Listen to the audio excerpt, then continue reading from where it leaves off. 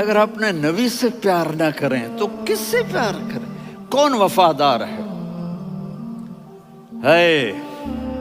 قیامت کا منظر ہوگا، میں اپنی بیگم سے کہوں گا میں تمہیں نہیں پہچانتا، میرے رب کی قسم، یوم یفر المرء من اخیہ وامہ وابیہ وصاحبتہ وبنیہ یود المجرم لو یفتدی یومئذ من یومئذ بنیہ وصاحبتہ واخیہ وفصیلتہ التی تؤویہ ومن فی الارض جمیعا کلا، قیامت کے دن میں کہوں گا صفیہ میں تمہیں نہیں پہچانتا، یہ کہے گی مولانا صاحب میں آپ کو نہیں پہچانتی، یہ یوسف میرا بیٹا بیٹھا ہے، میں کہوں گا کون ہو، کہاں سے آئے ہو؟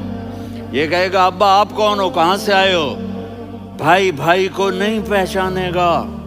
ماں اور اولاد کا کتنا گہرا رشتہ ہوتا ہے، ماں کہے گی میں نے تمہیں جنا ہی نہیں ہے، اور جب جہنم میں ایک چیخ مارے گی تو سارے انسان اور فرشتے اور انبیاء ایسے گریں گے اور سب نفسی نفسی، آدم علیہ السلام نفسی نفسی، نوح علیہ السلام نفسی نفسی، ابراہیم علیہ السلام نفسی نفسی، اسماعیل، اسحاق، یعقوب، یوسف، یونس، عیسیٰ، موسیٰ، یوشع، لوط، شعیب، صالح، ہود، سارے انبیاء نفسی نفسی نفسی نفسی، میری جان بچا میری جان بچا۔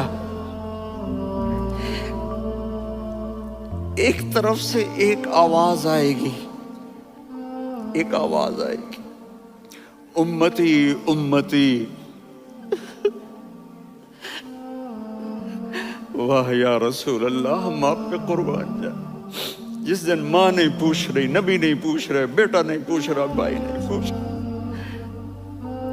یا رب امتی امتی، یا رب امتی امتی، یا اللہ میری امت، یا اللہ میری امت، یا اللہ میری امت، تو نظریں طواف کریں گی، یہ آواز کہاں سے آ رہی ہے؟ یہ کون بول رہا ہے؟ سب سے الگ کون ہے جو امتی امتی کہہ رہا ہے؟ جب نظریں آواز کی طرف چلتے چلتے چلتے چلتے پہنچیں گی تو وہاں میرے آپ کے جھولی پھیلا کے کھڑے، یا میری امت کو، یا اللہ میری امت کو۔ کون سی امت جو ساری زندگی شرابیں بیچتے رہے، جوئے کھیلتے رہے، زنا کرتے رہے، سود کھاتے رہے، جھوٹ بولتے، چوریاں کرتے رہے، ڈاکے مارتے، میرا نبی کہہ رہا ہے میری امت کو بچا لے، میری امت کو بچا لے۔ تو اس سے پیار نہ کرے تو اور کس سے کرے؟ موت پہ رشتے ٹوٹ جاتے، میرے نبی نے اس دن بھی اپنے رشتے کو نہیں توڑا۔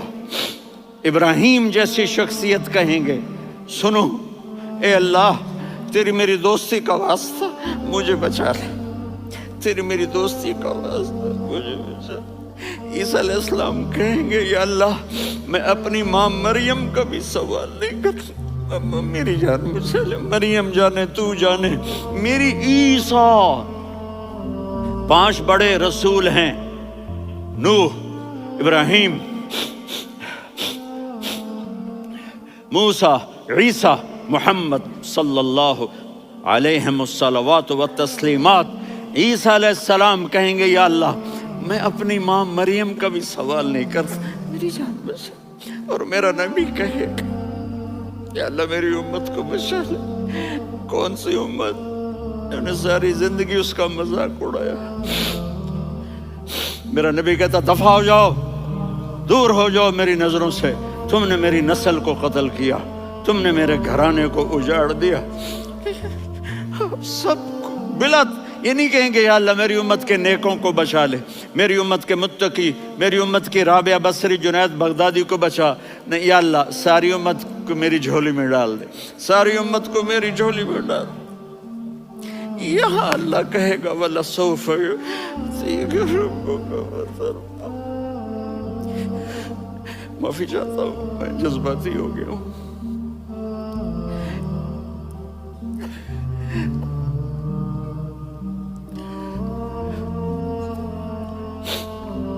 میرے بھائی بہنوں، میرے بچوں، تھوڑی سی زندگی ملی ہے، تھوڑی سی زندگی ملی ہے، اپنے حبیب کی زندگی کو اپنا لو۔ میں تھوڑے تھوڑے اشارے کر کے بتا دیتا ہوں۔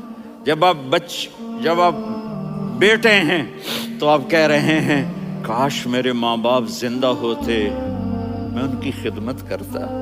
پھر فرمایا اور نہیں تو میری ماں تو ہوتی، چونکہ ماں کو دیکھا ہے نا، باپ کو دیکھا نہیں ہے، تو فرمایا کاش میری ماں زندہ ہوتی اور میں عشاء کی نماز کے لیے مصلی پہ کھڑے ہو کے الحمدللہ رب العالمین پڑھ رہا ہوتا، اور ادھر سے میری ماں مجھے بلاتی محمد، تو میں نماز توڑ کے کہتا جی اماں جان میں آ رہا ہوں، نماز پھر پڑھا دوں گا۔ اپنے والدین کی عزت کرو۔ یہاں کا بڑھاپا بڑا خوفناک ہے کہ اولادیں چھوڑ جاتی ہیں اور ماں باپ ٹوائلٹ جانے سے بھی عاجز ہوتے ہیں۔ اپنی ماں کی دعا لو، اپنے باپ کی دعا لو۔ میرے نبی نے فرمایا ہاں عمر، میرے بعد ایک آدمی آئے گا، اس کا نام ہوگا اویس، اور وہ قرن کی شاخ سے ہوگا۔ ہو گیا ٹائم؟ اچھا